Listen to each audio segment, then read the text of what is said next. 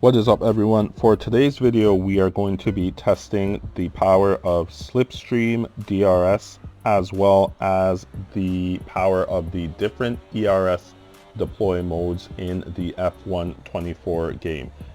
Now this testing is going to be done on laps 1 and 2 on the Camel Straight against 110 level AI, in which I am going to be doing flashbacks on laps 1 and 2 to be able to complete this testing and look at the different combinations that you will be seeing. And for my setup, I am using 12 on the front wing and 0 on the rear wing. Let's get into it.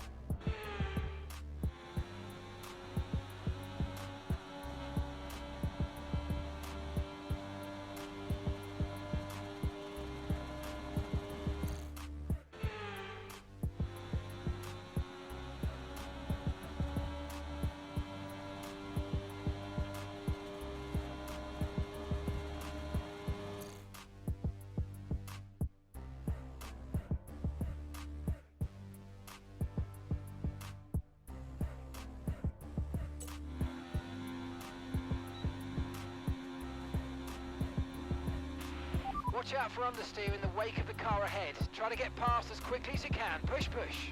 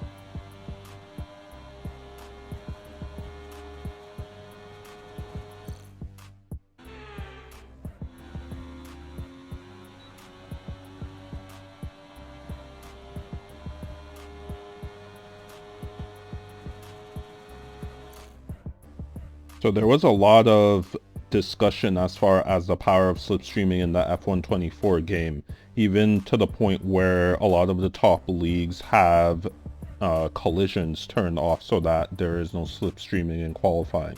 But based off of this footage, it looks like there is very minimal, if any, slipstreaming that exists in the F124 game. So for the last part of this video, I'm going to explain an idea that I came up with that can hopefully be implemented into the F125 game, and it is an ERS wear or depletion system. So as it is right now, there is an understanding as far as being in second place going into the last lap of a race, so that you can get DRS off of the car ahead of you and then overtake them to win the race. Either this or what it is that they call DRS games or DRS chicken in order to try and win the race. Now, I have a solution that could potentially fix this issue.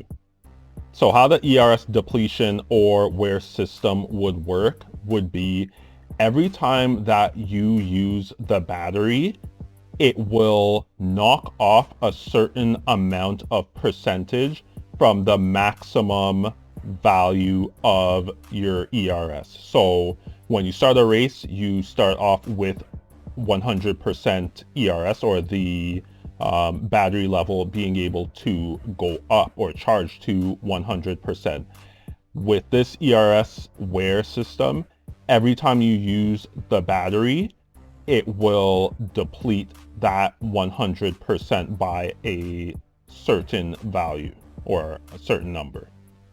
So there would be three options for this ERS wear system. So there'll be a low, medium, and high value. So for the low value, it would be every time you use the battery or overtake mode, it will deplete the maximum by 1%. For the medium setting, it would deplete it by 2%. And then for the high setting, it would deplete it by 4%.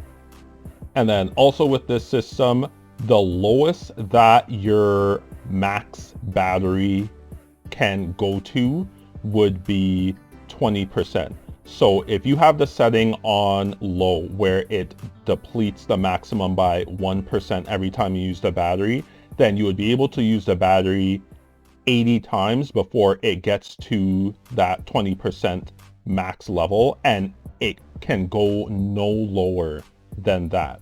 And then for the medium setting, it will deplete 2% every time you use the battery, so you would be able to use the battery 40 times before it gets to the 20% level. And then for the high setting, where it will deplete the max battery level by 4% every use of the overtake mode, then you would be able to use overtake mode 20 times before it gets to that maximum 20% value.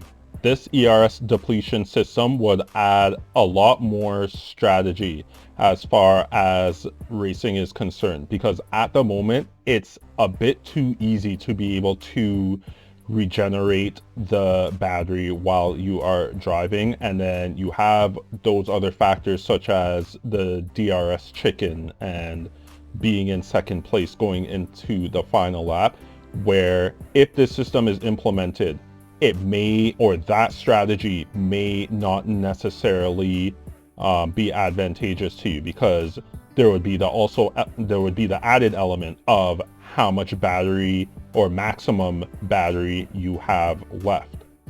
And then after that, there's also the factor of if you make more mistakes, you will probably have to use the battery more, and or you will have to decide to give up your position. So all in all, it would just add a lot more strategy as far as the racing is concerned. Now, the next suggestion as far as this ERS deployment system is concerned is the Hotlap mode. So as it is right now in our MFD, we have the fuel rate, the front brake bias, differential, and then ERS deploy. For my suggestion, it would be that the Hotlap mode gets separated from the ERS deploy. So Hotlap would be below the ERS deploy. And for the Hotlap mode, it will be a option whereas you get a certain number of usages of Hotlap mode. So I was thinking it could be anywhere between 1 to 10, and it'll be an option that you can set. So either 1, 2, 3, 4, 5, 6, 7, 8, 9, or 10 usages in a race. Now, the other thing as far as the Hotlap is concerned, or Hotlap mode, when you put your car into Hotlap mode, it will be locked into that mode for 15 seconds and you will not be able to get out of it, number one. And number two, be able to change your ERS deploy and or use the overtake mode. And then as far as using the Hotlap mode, it will not affect the maximum level as far as the ERS depletion system that I explained previously. However, it will drain the battery like it currently does in the F124 game. The only other thing that I am questioning or considering as far as the Hotlap mode is concerned is if it should be the power level of overtake mode and then vice versa, where overtake mode is the power of Hotlap mode as it is right now in the F124 game. And obviously you'll be able to see the difference based off of the footage that you saw earlier in this video. So that is something that I am questioning. I'm not sure if swapping the power levels of Hotlap mode and overtake mode would potentially be a good thing, but yeah, maybe.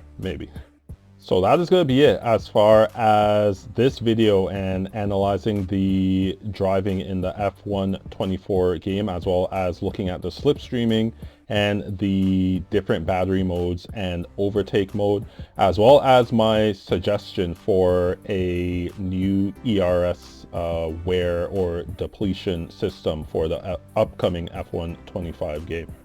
So you can leave your thoughts in the comment section below as to what it is that you saw in this video.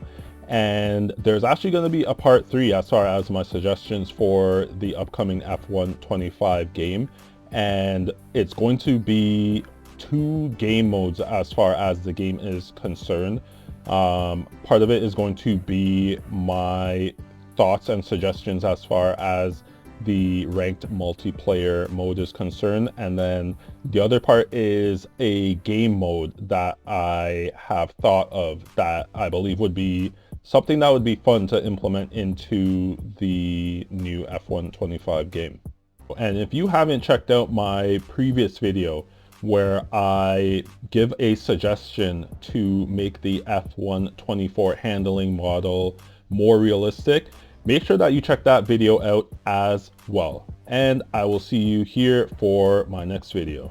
As always, take care.